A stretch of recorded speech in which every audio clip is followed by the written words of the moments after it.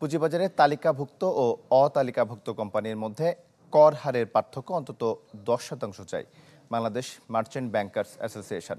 মঙ্গলবার দুপুরে Dhaka stock exchange ডিএসইর সাথে বৈঠকে এই দাবি জানানো হয়।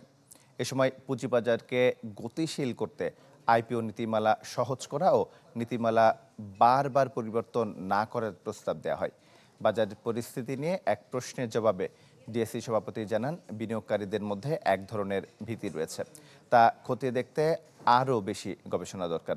বিনিয়োগে আকৃষ্ট করতে বাজার সংশ্লিষ্ট সকলের উদ্যোগ জরুরি বলেও মত তার। মুদ্রানীতির নেতিবাচক প্রভাব যাতে বাজারে পুঁজিবাজারে না পড়ে সেদিকে কেন্দ্রীয় ব্যাংকের নজর দেওয়ার আহ্বানও জানান ডিএসই চেয়ারম্যান।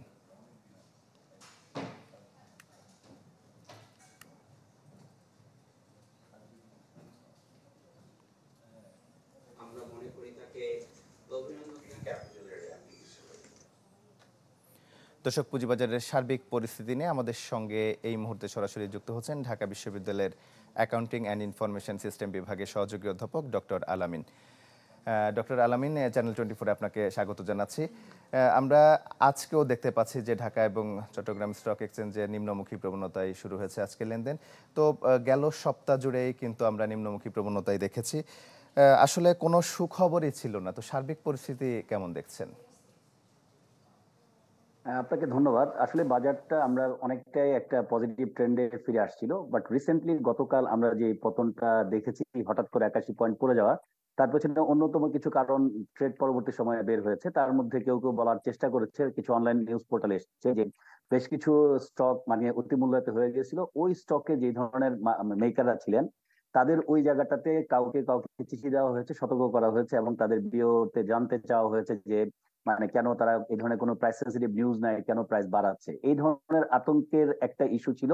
পাশাপাশি একটা মানে খবর চলে এসেছিল যেটা পরবর্তীতে বাংলাদেশ ব্যাংক থেকে জানানো হয়েছে যেটা একটা গুজব, এই ধরনের কোনো খবরের সত্যতা নাই। তার মানে একটা সামগ্রিক অর্থনীতির বিষয়, পাশাপাশি পুঁজিবাজারের ভেতরের আভ্যন্তরীণ কিছু আর কি প্রক্রিয়াগত কারণেই এই ধরনের একটা অবস্থা এসছে। এটা আমরা আসার পরপরই কিন্তু গতকালকে যেহেতু ডাউন সার্কিটটা এখন 3%, মানে চাইলেই অনেক স্টক বেশি পড়তে পারছে না, মানে ডাউন সার্কিটটা 3% থাকার কারণে আমাদের যে স্টক গুলো অনেকগুলো বায়ারলেস হয়ে যায়। তো সেই ক্ষেত্রে মানে বিনিয়োগকারীদের মধ্যে এক ধরনের আতঙ্ক কাজ করেছে যে আসলে আবার কি বাজার কি পতনের ধারায় যাচ্ছে কিনা। কিন্তু আসলে আমরা যদি খেয়াল করে দেখি যে যে স্টক গুলো মানে কারেকশনে গিয়েছে বা 3% সার্কিটে গিয়েছে, মেজরিটি স্টকের মধ্যে কিন্তু একটা ভালো একটা প্রাইস র্যালি হয়েছে কিছুদিন আগে। ধরেন একটা প্রাইস যদি মুভমেন্ট হয় তখন সেই ক্ষেত্রে অনেকে প্রফিট লক করে, তাহলে যে যারা ধরেন মেকার এন্ডে ছিল তারা প্রফিট লক করে সাইড লাইনে অনেক সময় থাকে, আবার তারা একটা কাঙ্ক্ষিত রেটে গেলে আবার বাই করে। তাহলে এগুলো অনেকগুলো বিষয় মিলিয়ে কিন্তু এই পরিস্থিতিটা। পাশাপাশি আমাদের যে প্রাতিষ্ঠানিক বিনিয়োগকারী যারা আছেন তারা যে কাজটা করেন, তারা কিন্তু বিভিন্ন দাবি দাবা নিয়ে বাজেট পূর্ববর্তী সময়ে অনেকভাবে বিভিন্ন দেন দরবার করে থাকে। যেমন আপনি জেনে থাকবেন বা আপনি রিপোর্টে বলছিলেন যে আমাদের যে মার্চেন্ট ব্যাংকার অ্যাসোসিয়েশন কিছু মতামত দিয়েছে ডিএসি কর্তৃপক্ষকে। এই জিনিসগুলো বাজেটের আগে হওয়ার সময় তখন তারা অনেকটাই বাজারের সাপোর্টিভ রোলে থাকে না, যাতে করে এই দাবিগুলো অনেক ক্ষেত্রে আদায় করে আনা যায়। তো এইসব কারণেও কিন্তু দেখা যায় সাধারণ বিনিয়োগকারীরা কিন্তু অনাস্থায় চলে যায়, আস্থা সংকটে থাকে।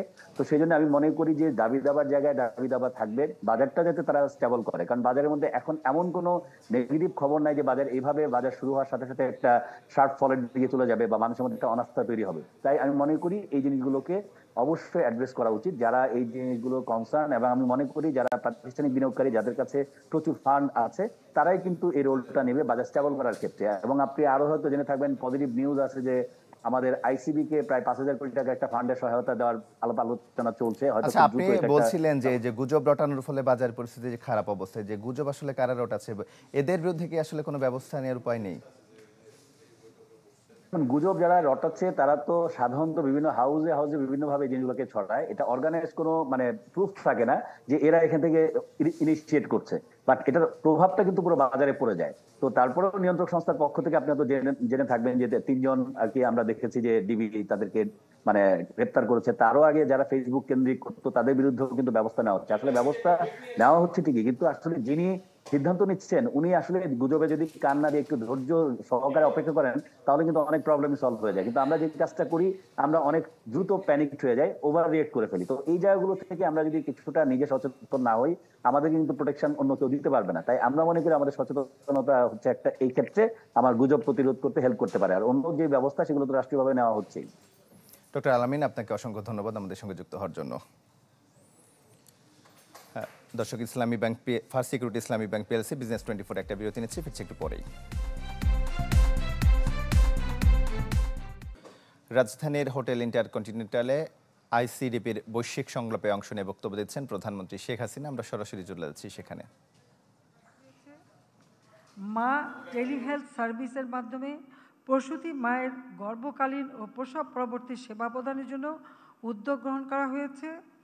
মা ও শিশুর পুষ্টি চাহিদা পূরণ এবং শিশুর শারীরিক বৃদ্ধি ও মানসিক বিকাশের জন্য মা ও শিশু সহায়তা কর্মসূচি বাস্তবায়নের মাধ্যমে 13 লাখ উপকারভোগীকে আর্থিক সহায়তা প্রদান করা হচ্ছে।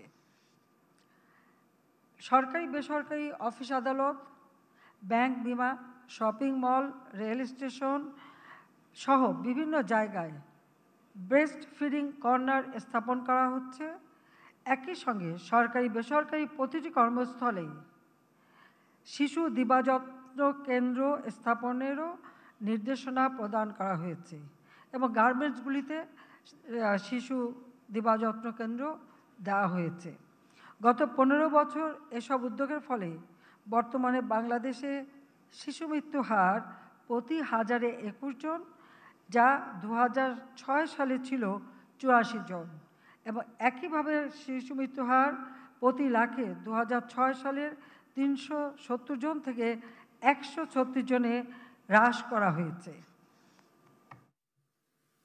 সুধীবৃন্দ, 2014 সালে লন্ডন গার্লস সামিটে আমি বাংলাদেশকে 2041 সালের মধ্যে বাল্যবিবাহ মুক্ত করার ঘোষণা দিয়েছিলাম। সে লক্ষ্যে আমাদের কার্যক্রম এগিয়ে যাচ্ছে। বাল্যবিবাহ আইন সংশোধন, জাতীয় কর্ম পরিকল্পনা প্রণয়ন, সচেতনতামূলক কার্যক্রম এবং নারী ও কন্যা শিশুদের কল্যাণে বিভিন্ন সরকারি উদ্যোগের ফলে বাল্যবিবাহের হার বহুলাংশে হ্রাস পেয়েছে। আমরা ইউনিয়ন পর্যায় পর্যন্ত বাল্যবিবাহ প্রতিরোধ কমিটি গঠন করে মানুষের মাঝে সচেতনতা সৃষ্টি করছি। এছাড়াও সমাজে বিভিন্ন স্তরের কিশোর কিশোরীদের নিয়ে 8000-এরও অধিক কিশোর কিশোরী ক্লাব স্থাপন করা হয়েছে। তথ্য আপা প্রকল্পের মাধ্যমে নারীদের বিভিন্ন সমস্যা সমাধানের জন্য 1 কোটি নারীকে তথ্য সেবা প্রদানের লক্ষ্যমাত্রা নির্ধারণ করা হয়েছে। নারী ও শিশু নির্যাতন প্রতিরোধ ন্যাশনাল হেল্পলাইন 109 চালুর মাধ্যমে যৌন হয়রানি প্রতিরোধ, বাল্যবিবাহ বন্ধে কার্যকর উদ্যোগ নেওয়া হয়েছে। এছাড়াও আমরা প্রতিটি থানায় নারী পুলিশের দায়িত্বে নারী, শিশু, বয়স্ক প্রতিবন্ধী সাপোর্ট ডেস্ক স্থাপন করেছি। বাল্যবিবাহ, যৌতুক, নারীর প্রতি সহিংসতা রোধে সম্মিলিত সামাজিক আন্দোলনের কোনো বিকল্প নেই। আমাদের মেয়েদের কেবল ভুক্তভোগী হিসেবে না দেখে তাদের পরিবর্তনের মূল চালিকা শক্তি হিসেবে প্রস্তুত করতে হবে। আমরা জাতীয় কৈশোর স্বাস্থ্য বিষয়ক কৌশলপত্র 2017 থেকে 2030 এবং এর বাস্তবায়নের জন্য জাতীয় কর্ম পরিকল্পনা প্রণয়ন করেছি। কিশোর কিশোরীদের স্বাস্থ্যসেবা নিশ্চিত করতে আমরা 1253টি ইউনিয়ন পর্যায়ে সেবা কেন্দ্রে কৈশোর বান্ধব স্বাস্থ্য সেবা কর্নার প্রতিষ্ঠা করেছি।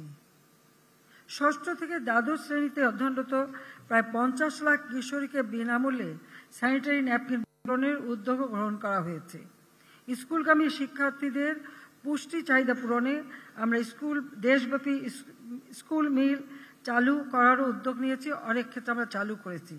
তাছাড়া প্রতিটি স্কুলে মেয়েদের জন্য বিশেষ করে ওয়াশ ব্লক আমরা তৈরি করে দিয়েছি। আমরা 2010 সাল থেকে মাধ্যমিক পর্যায়ে বিনামূল্যে পাঠ্যপুস্তক বিতরণের বিশ্বের সর্ববৃহৎ পাঠ্যপুস্তক বিতরণ কর্মসূচি চালু করেছি। 2024 পর্যন্ত, অর্থাৎ 2010 থেকে 2024 464 কোটি বই বিতরণ করা হয়েছে। উপরন্তু নারী শিক্ষাকে এগিয়ে নেওয়ার জন্য প্রাথমিক থেকে মাধ্যমিক স্তর পর্যন্ত উপবৃত্তি চালু করা হয়েছে। দ্বাদশ শ্রেণী পর্যন্ত মেয়েদের শিক্ষা অবৈতনিক রয়েছে। আমরা জাতীয় বাজেটে মোট 30% নারীর সামাজিক ও অর্থনৈতিক ক্ষমতায়নের জন্য বরাদ্দ রেখেছি। বেইজিং ঘোষণা ও কর্মসূচির সঙ্গে সামঞ্জস্য রেখে জাতীয় নারী উন্নয়ন নীতি ও জাতীয় কর্মসূচি পরিকল্পনা বাস্তবায়ন করা হচ্ছে। আমাদের বর্তমানে শ্রমশক্তির 42.6% নারী, যা 2030 সালের মধ্যে 50-এ উন্নীত হবে।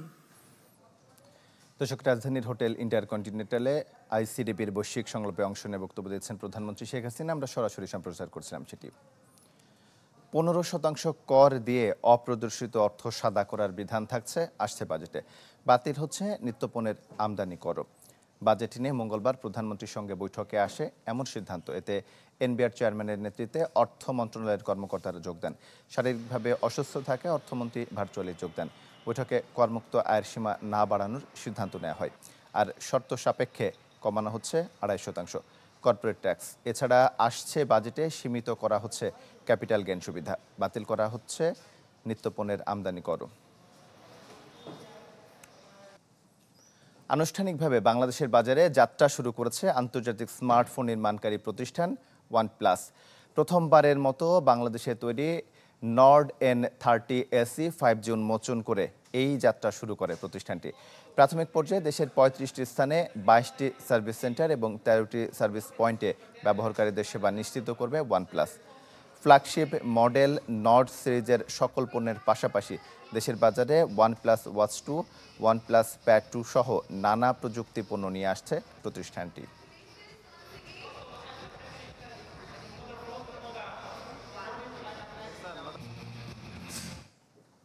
মানুষের তথ্য ও অর্থ চুরি করতে রীতিমতো খোলা হয়েছে প্রতিষ্ঠান, যেখানে কাজ করছে হাজারো কর্মী, যাদের কাজ নকল ওয়েবসাইট ও সোশ্যাল মিডিয়া পেজের মাধ্যমে মানুষকে বোকা বানিয়ে তথ্য ও অর্থ চুরি করা।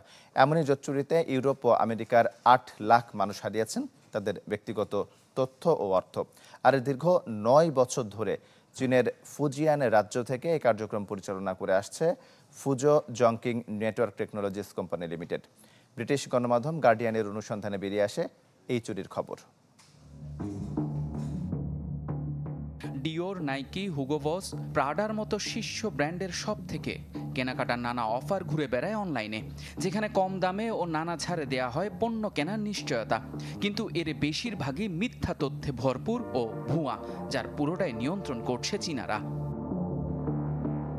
ব্রিটিশ গণমাধ্যম গার্ডিয়ান জানায়, ক্রেতাদের ধোঁকা দিয়ে ইউরোপ ও যুক্তরাষ্ট্রের 8 লাখ মানুষের ব্যক্তিগত ও আর্থিক তথ্য হাতিয়ে নিয়েছে চীনা হ্যাকাররা। এর মধ্যে 4.5 লাখ মানুষ তাদের ডেবিট ও ক্রেডিট কার্ডের তথ্য ও অর্থ খুইয়েছেন। 76,000 ভুয়া ওয়েবসাইট ও সোশ্যাল মিডিয়া পেজের মাধ্যমে তথ্য চুরি করা হয়, যাতে আর্থিক ক্ষতি 50 মিলিয়ন ইউরো। জার্মানির সিকিউরিটি রিসার্চ ল্যাব ও যুক্তরাজ্যের চার্টার ট্রেডিং স্ট্যান্ডার্ড ইনস্টিটিউটের তথ্য মতে 2015 সাল থেকে শুরু হয় এই কার্যক্রম। চীনের ফুজিয়ান রাজ্যে রীতিমতো অফিস খুলে চলে এ যজ্ঞ। অনলাইনে চুরির কাজের জন্য নিয়োগপ্রাপ্তদের নিয়মিত বেতনের পাশাপাশি বড় কোনো চুরির ঘটনা করতে পারলে দেয়া হয় পুরস্কার। এই কাজে জড়িত ফুজো জংকিং নেটওয়ার্ক টেকনোলজিস কোম্পানি লিমিটেড চীনে রীতিমতো বিজ্ঞাপন দিয়ে ওয়েব ডেভেলপার ও ডাটা কালেক্টর নিয়োগ দিচ্ছে, যাদের বেতন 500 থেকে 700 পাউন্ড। নিজেদের বিদেশি নানা পণ্যের ট্রেডিং প্রতিষ্ঠান হিসেবে পরিচিতি দিলেও তলে তলে চুরির স্বর্গরাজ্য গড়ে তোলা হয়েছে। 2023 সালে যুক্তরাজ্যে 2022-এর তুলনায় 43% বেশি অনলাইন স্ক্যামের ঘটনা ঘটেছে। 2023 সালে যুক্তরাষ্ট্রের নাগরিকরা $9 বিলিয়ন অনলাইন জোট চুরিতে খুইয়েছেন, যা 2022-এর তুলনায় 30% বেশি। Iftekhar Alam, channel 24। First security ইসলামী ব্যাংক PLC, বিজনেস 24 এই ছিল এখনকার মতো। এতক্ষণ সাথে থাকার জন্য ধন্যবাদ সবাইকে।